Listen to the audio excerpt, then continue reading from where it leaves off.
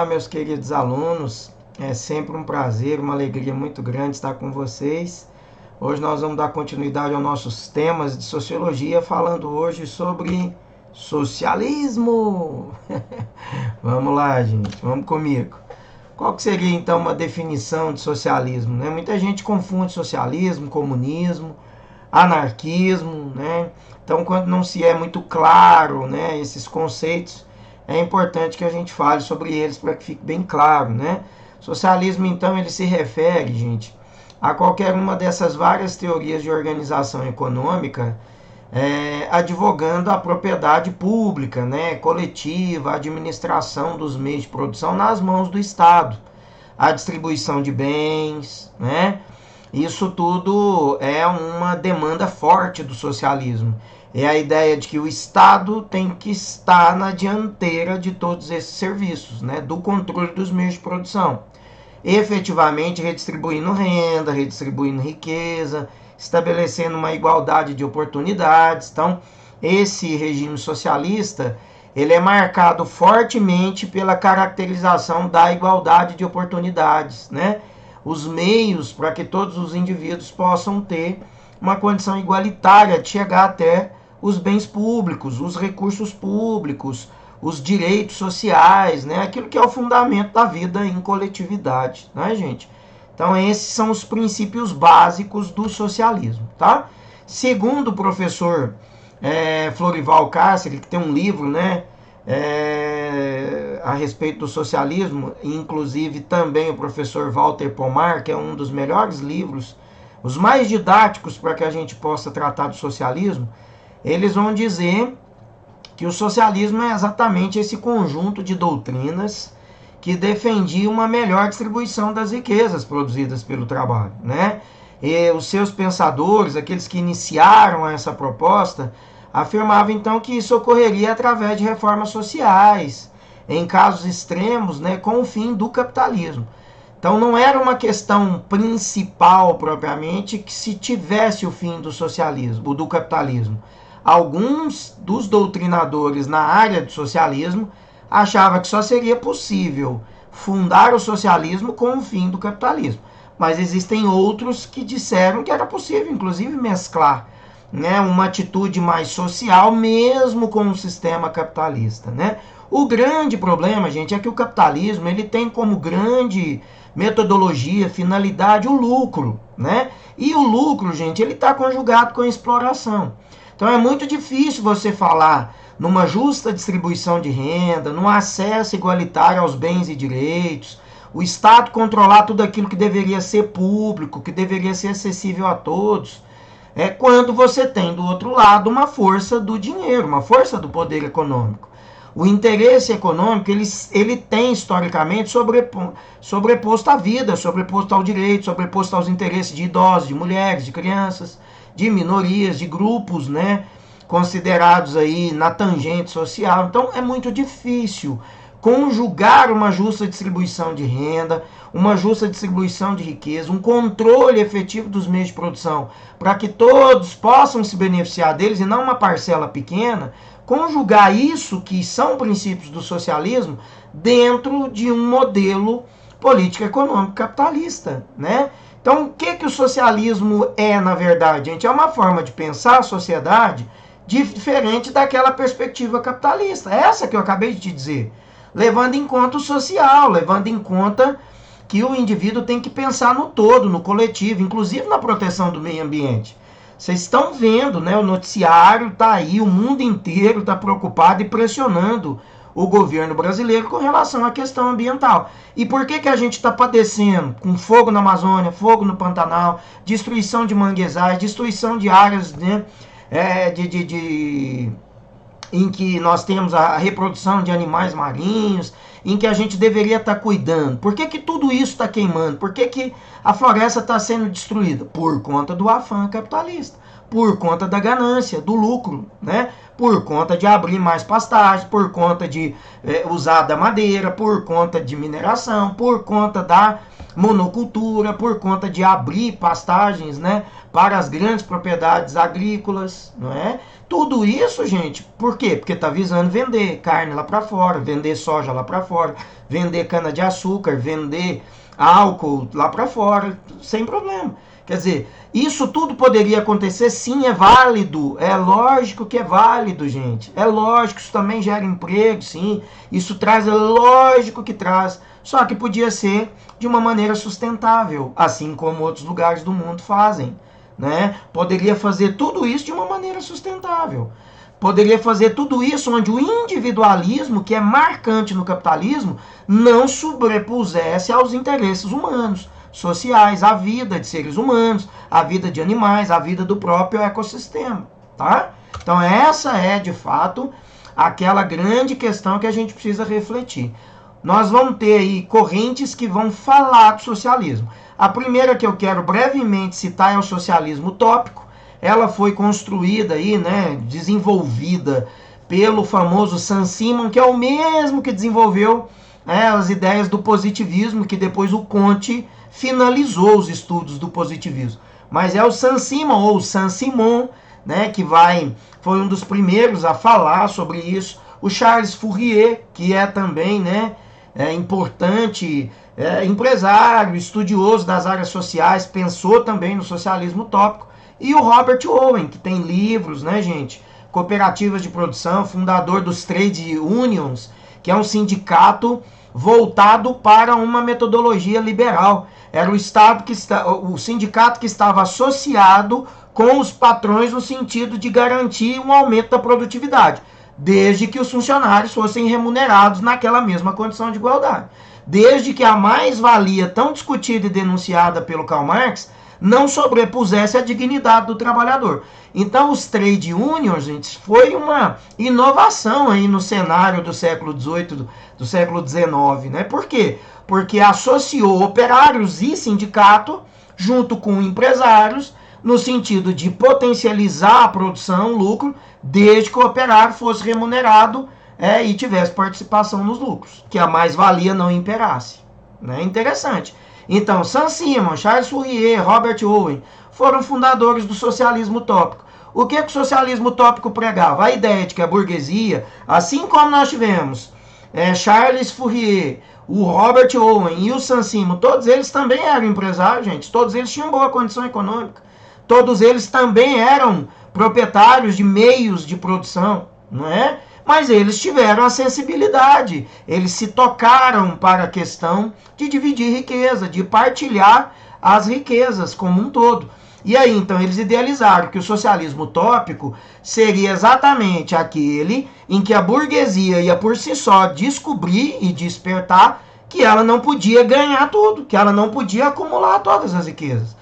Que num dado momento a própria burguesia ia acordar e ia perceber que ela tinha que partilhar os meios de produção, que ela tinha que dividir riqueza, que ela tinha que incluir pessoas nesse processo de desenvolvimento. Por quê? Porque senão a fome ia apertar, a miséria ia sobrepor. Não haveria no futuro pessoas que pudessem sequer consumir aquilo que os meios de produção estavam produzindo, que essa burguesia estava produzindo. Por quê? Porque não iam ter dinheiro para comprar, não ia ter dinheiro para consumir, né?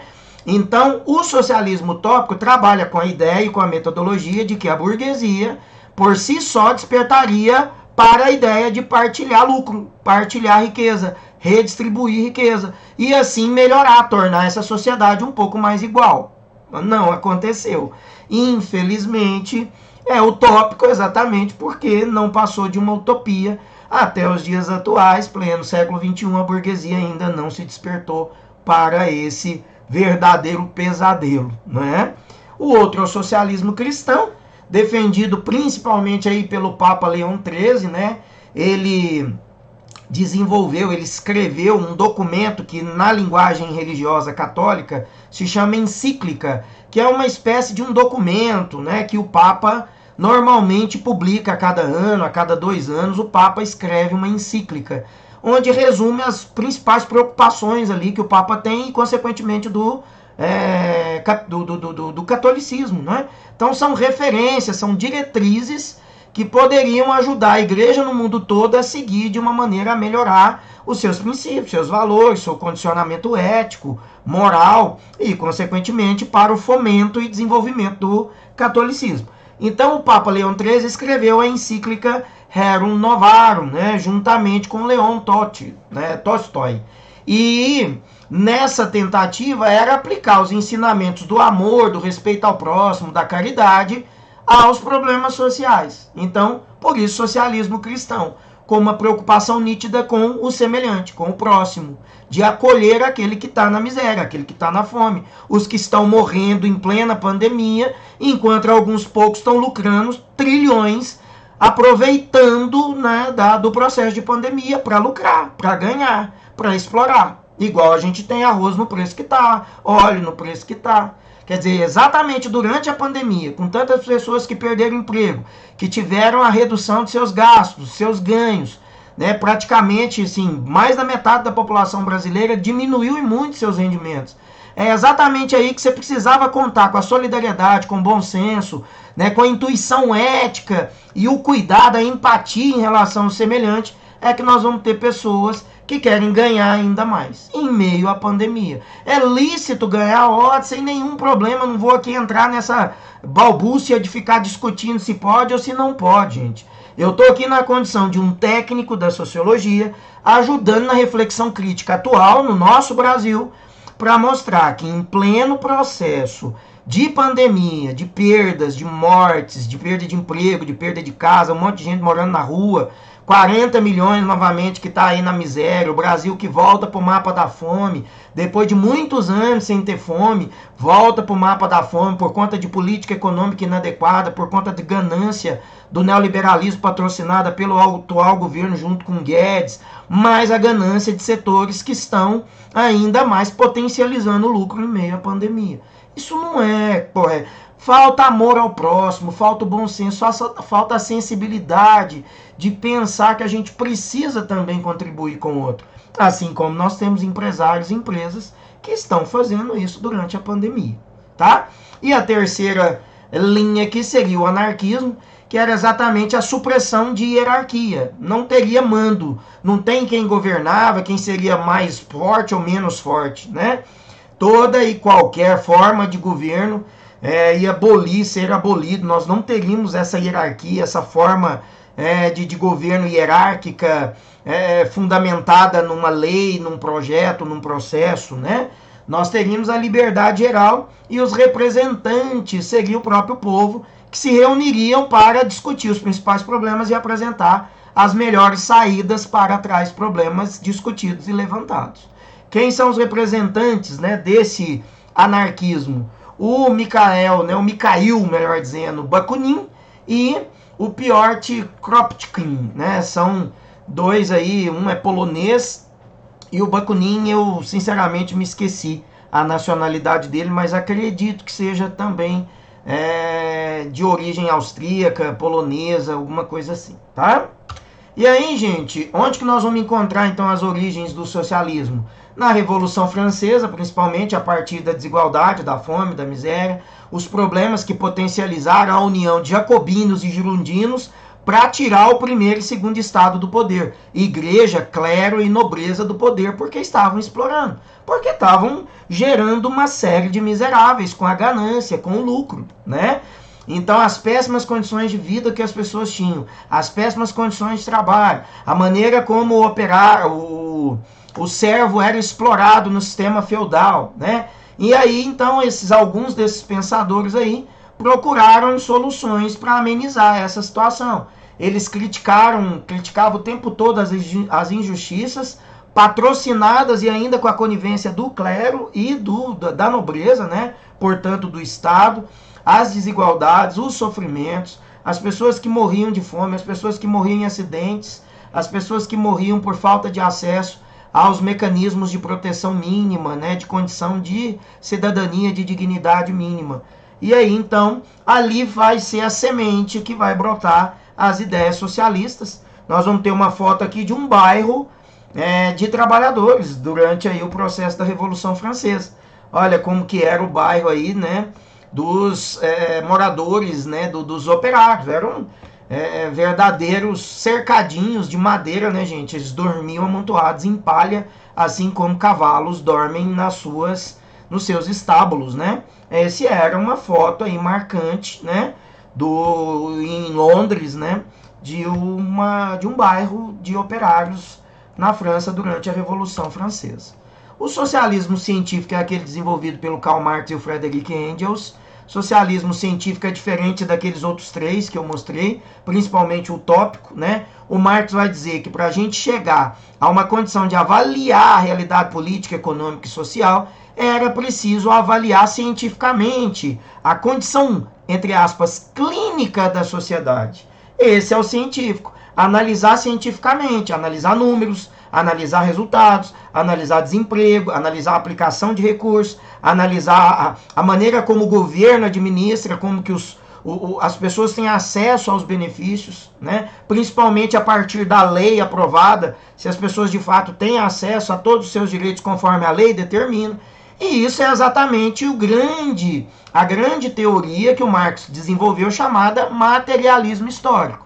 É a partir do materialismo histórico que o Marx dizia que a gente ia entender e avaliar o processo histórico social. É o materialismo histórico que você vai avaliar os acontecimentos materiais, sobretudo os acontecimentos ao longo do processo histórico, ao longo da história. Então, tudo aquilo que impactou vida, impactou sociedade, desemprego, fome, miséria, guerra, tumultos, revoluções, pestes, quem mais foi prejudicado nas pestes, nas pandemias, em séculos passados, né? Toda essa análise configura o que o Marx vai dizer materialismo histórico. Então, materialismo histórico, nós já estudamos isso em outro momento, né? É avaliar os acontecimentos econômicos, principalmente materiais, ao longo do processo histórico.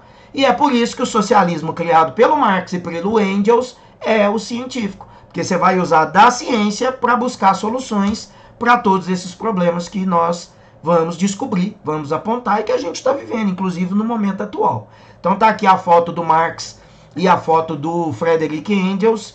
Então, ao contrário dos utópicos, olha, eles pensaram uma sociedade ideal, né, preocupada em primeiro lugar em compreender essa dinâmica do capitalismo, como que ele se estrutura, o que dá vida ao capitalismo, e eles perceberam que o que realmente dá vida ao capitalismo, gente, é a exploração da classe operária, é o lucro, é a mais-valia, é o fetiche da mercadoria, levar as pessoas a consumir, mesmo quando não precisam. É a ilusão, é a alienação. As pessoas são conduzidas, alienadas, fazem uma lavagem cerebral nessas pessoas para que elas não enxerguem a realidade um palmo à frente do nariz delas. E elas reproduzem erro através de erros, através de votos, através de defender mecanismos de elite, de defender sistemas dominantes que estão prejudicando elas mesmas, né? Vamos olhar o Brasil atual. Quantas pessoas foram para a rua, fizeram manifestações, motins, tiraram governos anteriores há pouco tempo, a presidenta Dilma, por exemplo, né? Tirou, houve uma modificação nesse cenário e depois que entrou esse novo governo que substituiu o governo da Dilma, várias reformas que impactaram diretamente a classe média. A classe média que foi aquela que foi para a rua bater panela. A classe média que foi aquela que veio resguardar os interesses de quem depois aprovou reforma da Previdência, reforma trabalhista, lei de terceirização, mudança na lei do imposto de renda, que agora está para aprovar também a lei aí, né, da reforma administrativa, que vai impactar mais uma vez a classe média, média baixa. E é ela que reproduziu o discurso das elites quando foi para a rua autenticar movimentos, né, que supostamente estavam restabelecendo democracia, governabilidade do Brasil. Vamos lembrar que na época da Dilma o dólar era R$ 2,50, hoje ele está R$ 6. Gasolina era R$ 2,40, hoje está R$ 5 o litro. E assim uma série de questões. Então, tá vendo?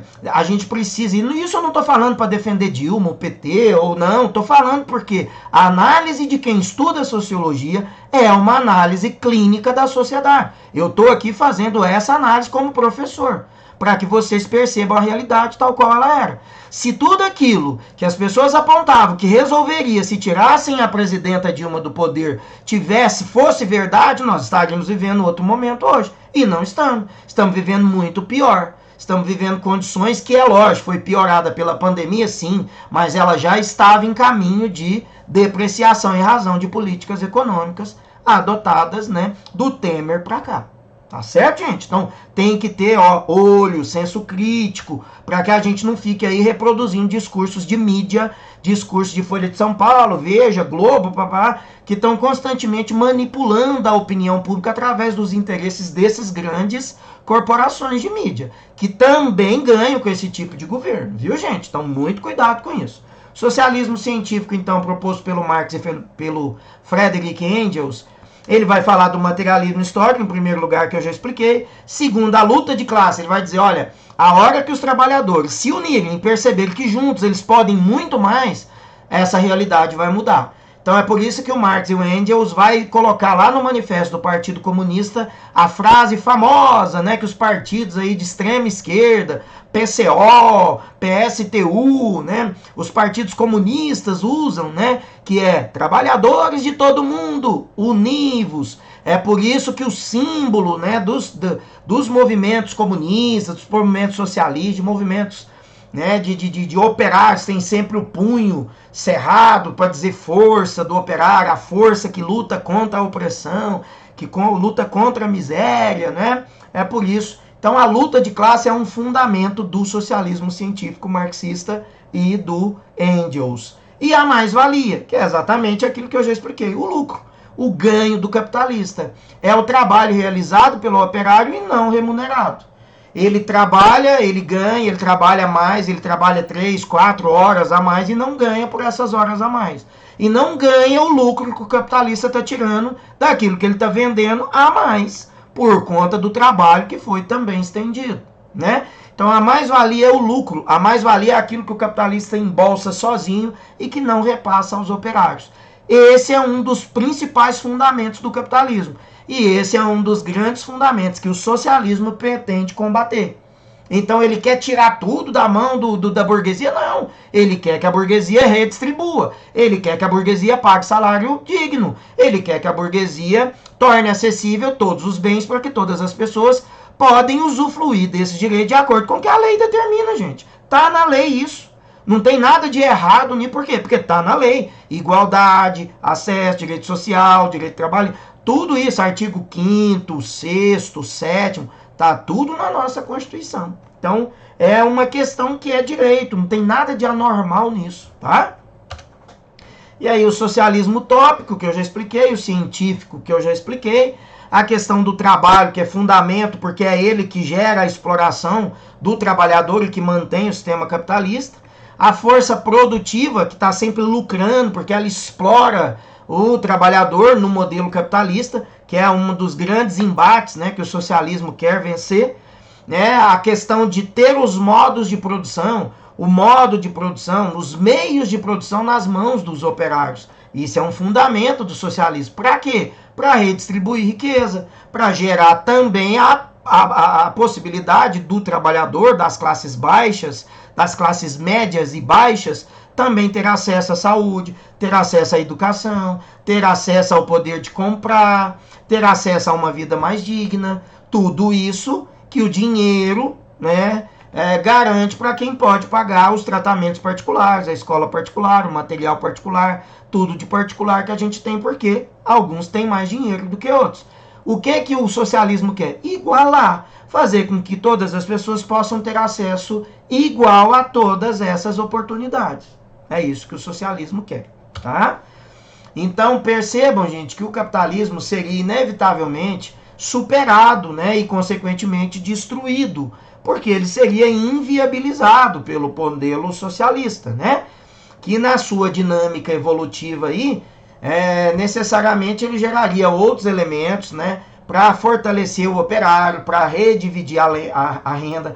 Olha o exemplozinho do bolinho partilhado pelas mãos aí, né? Olha, cada um tá com um pedacinho igual do bolo. Não é uma fatia como a gente tem que 90% do bolo tá para 10 pessoas. Enquanto 10%, um pedacinho desse do bolo, tem que ser dividido por 90. Entendeu? É essa desigualdade. É essa injusta concentração de riqueza e de renda que gera violência, que gera fome, que gera desemprego, que gera impactos cada vez maiores na vida, inclusive os reflexos no meio ambiente, tá? Então o socialismo, ele tem a ideia de partilhar o pedacinho igual para todo mundo. É essa a ideia que o socialismo defende. Entendo ainda, olha, que a classe trabalhadora agora, né, completamente expropriada, né, dos seus meios de subsistência, ao desenvolver aí a sua consciência histórica, né, entender-se aí como uma classe revolucionária, ela teria um papel decisivo de consertar, de igualar as oportunidades, de fazer com que seja estabelecido ou reestabelecido o direito ao acesso a tudo isso que nós estamos dizendo, tá? Então, acesso à renda, acesso aos direitos, as oportunidades para estudar, para tratar, para ter um tratamento particular, para fazer tudo aquilo que o poder econômico garante num modelo, num sistema capitalista como esse que a gente está vivendo, tá? Então, a ideia do socialismo, como princípio básico, é rever a mais-valia, que é o lucro, né? O materialismo histórico, avaliar o sistema como um todo, avaliar onde que está errado, o que é preciso fazer para melhorar essa condição. Então, mais-valia precisa ser destruída pelo sistema socialista. A ideia do materialismo histórico como método científico para entender o processo e aí apresentar as saídas para resolver, para solucionar, para melhorar a condição de vida da grande maioria da população, principalmente a classe trabalhadora, a classe operária, né?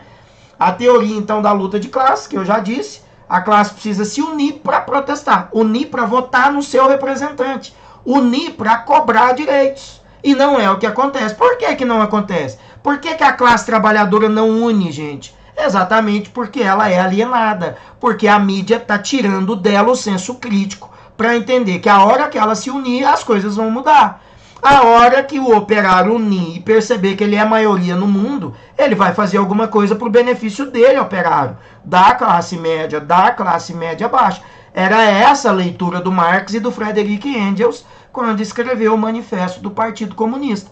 É essa a ideia que os socialistas têm, de que as pessoas unidas, votando, lutando pelos mesmos direitos e votando em representantes da sua causa, podem mudar o mundo, podem mudar a política social. Não é o que acontece, por quê? Porque a mídia manipula, porque as pessoas pobres, humildes, classe média, estão votando em candidatos da elite, está votando em quem está garantindo privilégio para quem já está lá no topo. É essa reflexão crítica que o Marx quer que a gente faça e a gente precisa fazer estudando o socialismo dentro da aula aí de sociologia, tá? E aí, para a gente encerrar, tá aí, né? O capitalismo, então, ele vai cuidar da propriedade privada, o controle do mercado, o investimento privado para garantir. Então, quer dizer, todos os bens, direitos, benefícios, tem que ter dinheiro para você comprar. Por quê? Porque os investimentos foram feitos também pelo dinheiro, pelo poder privado, pela iniciativa privada. A sociedade é dividida em classe, burguesia e proletariado. Do lado de cá, o socialismo vai dizer o quê? O controle dos meios dos bens está nas mãos do Estado e não do setor privado. 2. O monopólio de mercado é do Estado e não de um grupo de empresários, de um grupo de burgueses. 3. A planificação dos investimentos de pesquisa pelo Estado. O Estado é que vai desenvolver a pesquisa, o Estado é que vai investir num orçamento para melhorar os investimentos básicos de saúde, moradia, infraestrutura, transporte, segurança, tudo isso. Geração de emprego, geração de riqueza. É o Estado que tem que fazer essa economia planificada. 4. A ausência de classes sociais. Nós teríamos uma única classe dentro da visão aí do socialismo. Tá bom, gente? Então, um grande abraço. Eu espero que vocês tenham aprendido um pouquinho com o socialismo. Que a gente aprenda a diferenciar um do outro. Nós vamos amadurecendo esse discurso, essa teoria ao longo das nossas aulas, nesse capítulo que nós iniciamos hoje, tá bom? Um grande abraço, até a próxima aula, tudo de bom.